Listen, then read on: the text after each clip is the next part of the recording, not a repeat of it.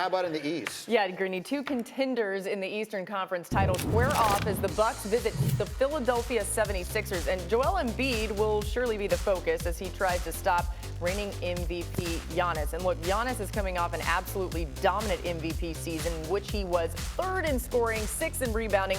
But this season, he's been even better, if that's possible, increasing his scoring average to 31 points per game.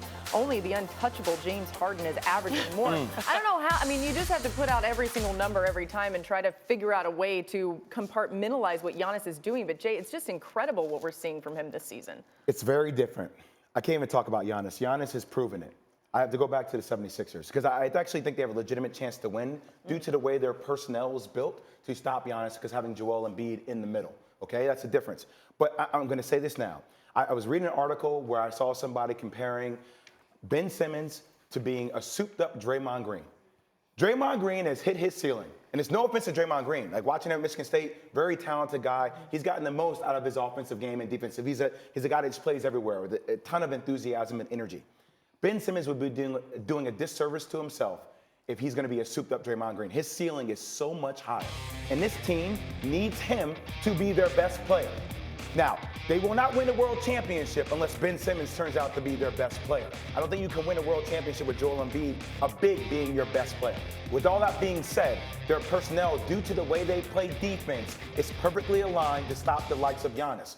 Just like the Lakers, a lot of their offense is based off of Giannis getting into the gaps, kicking out the three-point shooters. If you can slow him down, you have a chance. Ben Simmons isn't supposed to be Draymond Green. He's supposed to be LeBron James. Thank you. Pretty much. Thank you. Why isn't he? Well, I think what we noticed this past week is the zone is a good way to exploit Philly's lack of offense, right? But one thing I also noticed when it came to Ben Simmons, they were realizing that, okay, Tobias Harris might be our best scoring threat on the perimeter. What do? They have Ben Simmons bring it up when they're in the half-court set. They put him in a pick and roll with Tobias Harris. Then Tobias Harris is now on the perimeter, and Ben Simmons is treated like a post. Now, again, this is not good for Ben Simmons' ceiling, but they're finding a way to get production through that zone, which is why they had a good win against the Pistons. But then also, you got to have, when you're thinking about zones, you need to have zone busters, right? They need shooters. Furkan Korkmaz finally was the zone buster because their old zone buster, J.J. Redick, is gone. He's in New Orleans, right? So the zone is an idea that a lot of teams have said, let's attack Philly this way. They found a way to beat the zone. Now the question is, will they beat Giannis? And they do have the length to be able to do that, defend him. Let me ask you a question. Who is the leader of the Lakers? LeBron James. Who is the leader of the Clippers? Well, it's Kawhi Leonard. Who is the leader of the Milwaukee Bucks? Giannis. Who's the leader of the 76ers?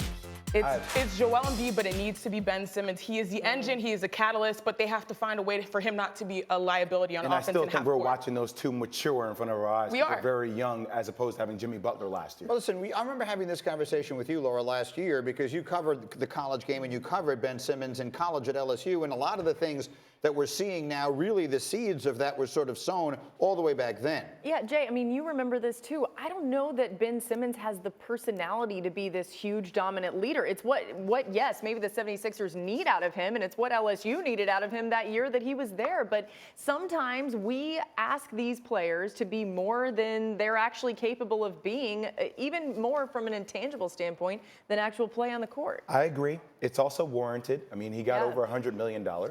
Right. Tobias Harris got over $100 million. But who's playing more motivated? I hear it.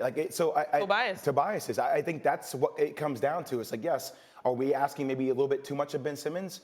Potentially, but we expect Ben Simmons to be the next LeBron James or be somewhere close. And by the way, I may not, look, I'll say this about Joel Embiid too and those guys. If you need Charles Barkley or if you need, Shaquille O'Neal to motivate you, I think that's a problem. I don't need nobody to motivate me. Each and every day, I'm trying to come to kick somebody's tail. Thank you. Like, that's who you should be. Well, I will very quickly just ask this question because I remember this came up last year on our show. Many people have said, I think it was Jalen, I don't want to put words in his mouth, that the Sixers will never win a championship with those two guys together, that Embiid and Simmons ultimately are not designed to play together, and that is not a championship formula. Do you believe that is true? I don't think that's true. I think they could still use a valuable veteran third piece that can shoot the ball. I would add to that, yes, because I agree with you. I also think we need to see Ben Simmons take that next step in leadership and maturity mentally. We will see if they're able to do that today. Thanks for watching ESPN on YouTube. For more sports, highlights, and analysis, be sure to download the ESPN app. And for live streaming sports and premium content, subscribe to ESPN Plus right now.